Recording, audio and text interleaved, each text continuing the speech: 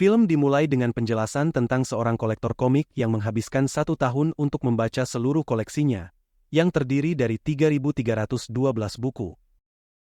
Lalu cerita berpindah ke tahun 1961, di mana seorang wanita baru saja melahirkan di sebuah pertokoan di Philadelphia. Bayi laki-laki yang diberi nama Elijah itu mengalami patah tangan dan kaki saat dalam kandungan. Sebuah kasus yang cukup jarang terjadi dan membuat orang-orang serta dokter yang ada di sana heran. It was very quick. The baby just wanted to come right out. Fractures while inside your uterus. Sementara itu, seorang pria bernama David sedang naik kereta menuju Philadelphia dan bertemu dengan seorang wanita. Meskipun sudah menikah, David tertarik pada wanita tersebut dan mencoba mendekatinya. Setelah berbincang cukup lama, wanita itu merasakan niat tersembunyi dari David dan memutuskan untuk pindah tempat duduk karena merasa tidak nyaman. Kelly. I think you misunderstood. He runs a 40 in 4.3 seconds. I'm married. I mean that. David mengenakan kembali cincinnya sambil melamun. Namun ia merasa kereta yang ia tumpangi berjalan sangat cepat. Dan tidak lama kemudian terjadilah kecelakaan. We are not sure at this time. You're just tuning in. East Rail train number 177 has bringing you live coverage from Skycam 4. That is. Di rumah sakit, David ditemukan masih hidup dan ditanyai beberapa pertanyaan oleh seorang dokter dengan tatapan aneh, yang membuat David semakin bingung. Dokter memberitahu alasan mengapa ia menatap David dengan tatapan aneh, yaitu karena David adalah satu-satunya yang selamat dan tidak memiliki luka sedikitpun, baik goresan maupun patah tulang. You're in the emergency room in the Philadelphia. How are you feeling? Where were you sitting on the train? Yes. Setelah menjawab pertanyaan dokter, David meninggalkan ruang perawatan dan bertemu keluarganya di luar.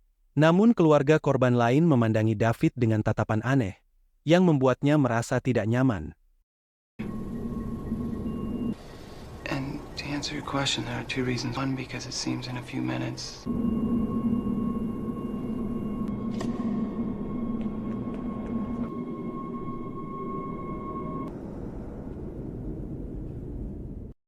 Kemudian David menghadiri acara pemakaman para korban di sebuah gereja.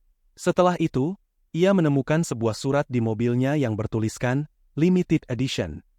Ketika dibuka, tertulis pertanyaan, "Kau pernah sakit berapa hari dalam hidupmu?"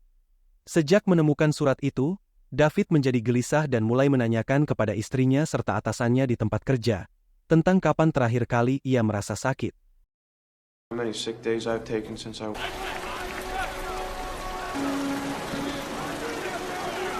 Kembali ke Philadelphia pada tahun 1974, dan melihat Elijah yang sudah dewasa. Ia mengalami patah tulang lagi akibat penyakit dari masa kecilnya yang membuat tubuhnya sangat rapuh. Teman-temannya bahkan pernah mengolok-olok Elijah karena tubuhnya yang rapuh seperti kaca. Ketakutan pun menghantui Elijah dan membuatnya tidak berani pergi keluar rumah. You make this decision now. Your whole life, you will all cross the street. Melihat keputusasaan Elijah, ibunya memberikan hadiah yang harus diambil sendiri oleh Elijah, yaitu sebuah hadiah yang ada di kursi taman. Elijah kemudian memutuskan untuk mengambil hadiahnya karena takut ada orang lain yang mengambilnya. Setelah membuka hadiah dari ibunya, Elijah sangat senang menemukan komik di dalamnya. Ibunya mengatakan bahwa dia membeli banyak komik dan Elijah bisa mendapatkannya setiap hari jika ia keluar rumah.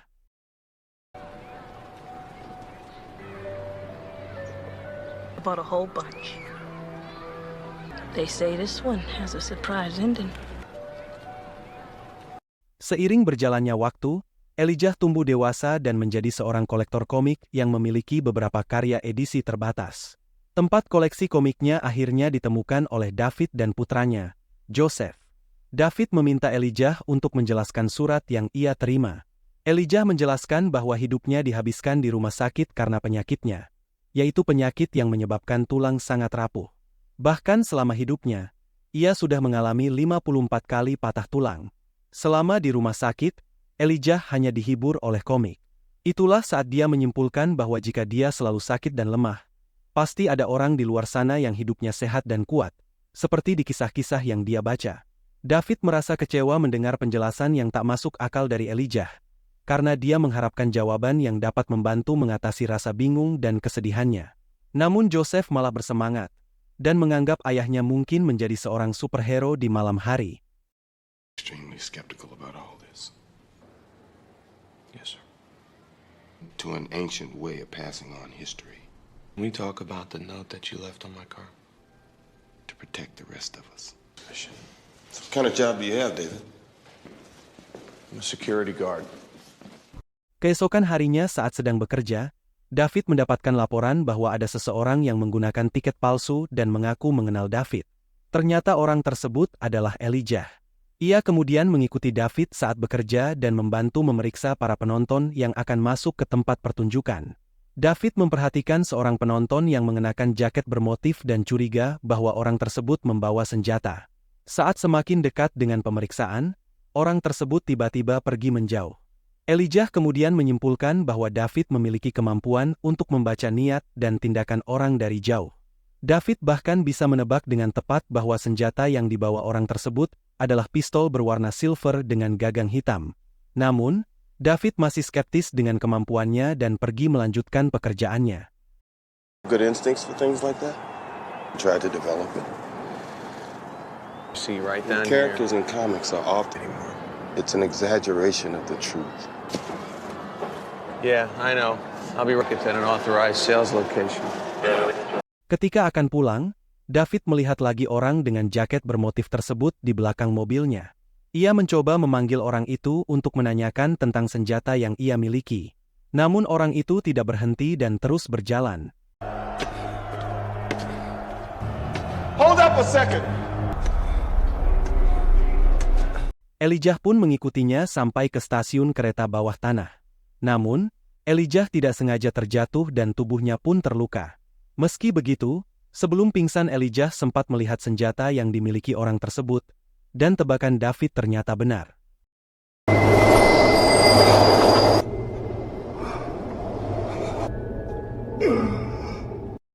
Di rumahnya, David sedang melakukan latihan kekuatan dengan bantuan Joseph. Joseph diam-diam menambahkan beban hingga 125 kg, dan dengan mudah David dapat mengangkatnya. Padahal sebelumnya dia belum pernah mengangkat beban seberat itu. Ketika David meminta Joseph mengurangi beban, Joseph justru menambahkannya menjadi 135 kg, dan David masih mampu mengangkatnya. Mereka terus menambahkan beban hingga David akhirnya berhasil mengangkat 175 kg. Hal itu membuat Joseph kagum dengan kemampuan David.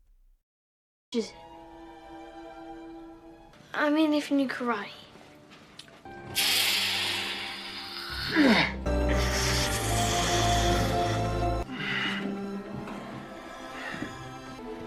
How much is it, Dad? Sementara itu, Elijah sedang menjalani perawatan di rumah sakit karena mengalami patah tulang di seluruh tubuhnya, dan harus menjalani terapi selama beberapa bulan ke depan. Audrey, istri David, menjadi terapis Elijah dan mereka berbicara tentang kehidupan masing-masing. Saat itu Elijah menyadari bahwa Audrey adalah istri dari David. Ask too many questions when I'm nervous. I think we should talk about your rehab. My husband was a star athlete in college, and I couldn't spend my life with someone who played football. It's pretty much you're rewarded the more you punish your opponent. And everyone lived happily ever after. Now you're gonna have to tell me. Di sebuah stadion, David merasakan kekuatan lain dalam dirinya. Dia bisa melihat kehidupan seseorang yang menabrak tubuhnya. Ia juga bisa melihat bayangan dua orang pria yang sedang bertransaksi narkoba. Namun saat mencari orang tersebut, David tidak menemukan apapun. Kemudian David mendapatkan laporan bahwa Joseph menelepon kantor David dan meminta David pergi ke sekolah karena Joseph terlibat perkelahian.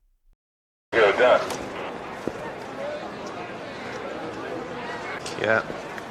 Just came into the office. Where is he? Sesampainya di sekolah, kepala sekolah memberitahu bahwa Joseph dalam keadaan baik, hanya emosinya sedikit tidak terkontrol.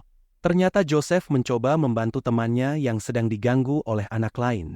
Setelah pulang sekolah, Joseph mengungkapkan bahwa ia ingin menjadi seperti David. Namun ia menyadari perbedaannya. David adalah pahlawan sesungguhnya. Setelah mendengar hal ini, David menegaskan bahwa mereka sama-sama manusia biasa. Tentu saja hal tersebut membuat Joseph kesal karena ia masih percaya bahwa ayahnya memiliki kekuatan tersembunyi. I'm not like you. You are like me. I'm just an ordinary man. No, you're not. Why do you keep saying that? We can both get hurt. Setelah tiba di rumah, David mendengar cerita tentang Elijah yang datang ke kelasnya. Saat berbalik, ia menemukan Joseph membawa pistol miliknya. Joseph masih ingin membuktikan bahwa David adalah superhero dan akan menembak David karena yakin bahwa David tidak akan terluka. Joseph sangat yakin bahwa ayahnya memiliki kekuatan. Show you. Injured in college, you know that. You know all about that. Do you remember the story about the boy that almost... He'll die, I'll Joseph. just shoot him once. Joseph, listen. That bullet is just going to bounce off me and I'm not going to be hurt. You are about to be in big trouble. Two?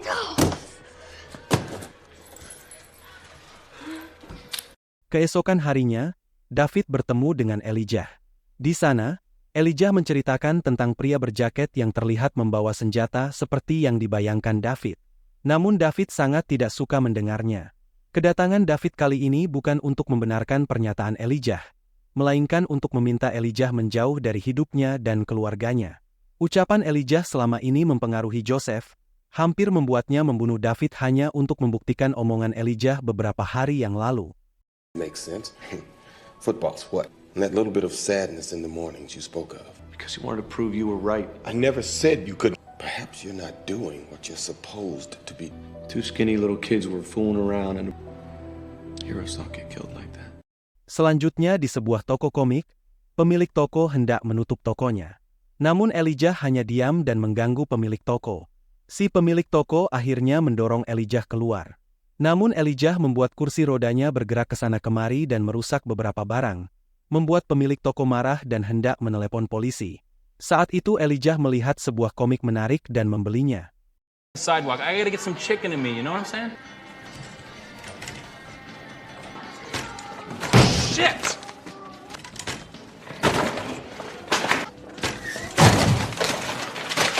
Man, I don't care if you are in a wheelchair. If you do that again, I'm calling 5-0.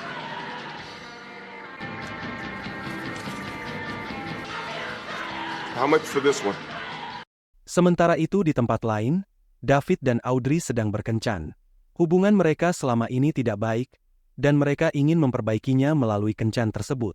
Setelah makan malam di restoran, pengasuh Joseph memberitahu David bahwa ada pesan suara dari Elijah yang membahas tentang komik yang ia temukan. Elijah membicarakan tentang kelemahan pahlawan dan bahwa David memiliki ketakutan akan air karena pernah hampir tenggelam. Sementara Elijah sendiri rapuh dan lemah.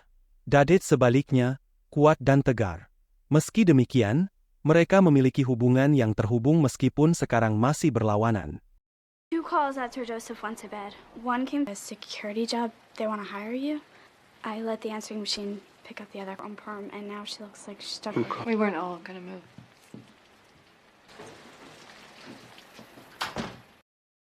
Mendengar telepon dari Elijah, David diam-diam pergi ke sebuah gudang yang menyimpan bukti dari sebuah kecelakaan kereta.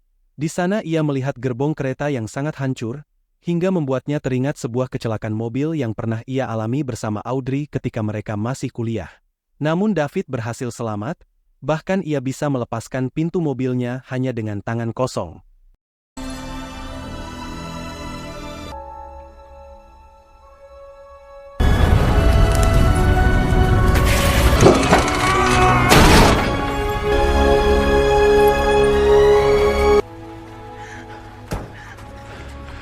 Sementara itu di rumahnya, Elijah menerima telepon dari David dan mengakui bahwa dirinya sebenarnya tidak pernah mengalami cedera dan bingung harus berbuat apa. Elijah menyarankan agar David tidak merasa aneh dengan dirinya sendiri dan hanya mengikuti alur hidupnya saja. Kemudian David memutuskan pergi ke sebuah stasiun kereta api. Dan ketika ia menabrak salah seorang petugas kebersihan, ia tidak sengaja melihat sebuah pembunuhan. Lalu ia pun memutuskan untuk mengikuti petugas tersebut. Petugas itu berhenti di sebuah rumah dan membawa sebuah surat yang sudah menumpuk di depan rumah. David pun semakin penasaran dan ingin membuktikan hasil penglihatannya.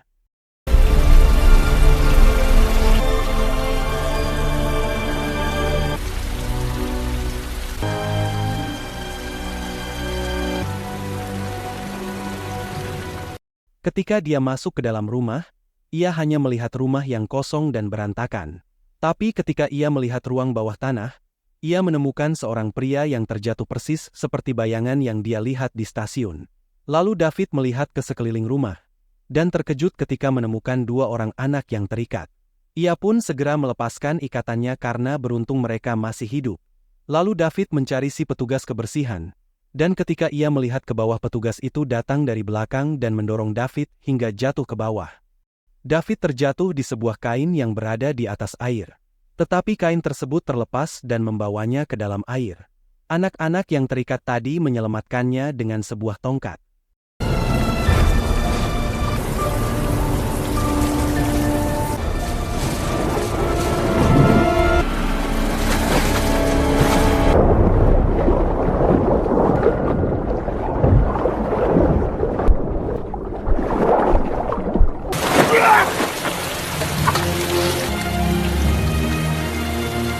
David pun berhasil selamat dan kembali mencari si petugas kebersihan.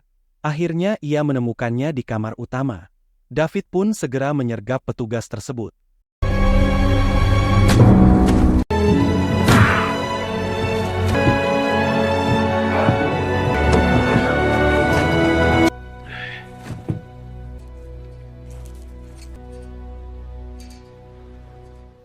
Keesokan harinya, Joseph menemui orang tuanya yang sedang sarapan.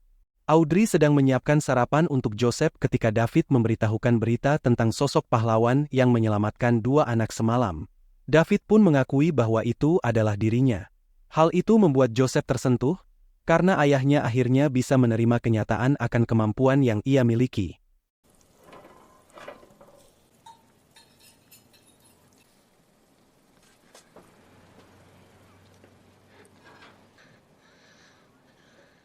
Di gerai milik Elijah terlihat banyak sekali pengunjung termasuk David. Elijah dan David kemudian menuju sebuah ruangan. Di sana Elijah memberikan selamat kepada David karena akhirnya ia menerima kemampuan yang ia miliki. Namun ketika mereka berjabat tangan, David melihat kehidupan Elijah yang ternyata bertanggung jawab atas semua kejadian mengerikan yang telah terjadi, termasuk kecelakaan kereta yang pernah ia alami sebelumnya.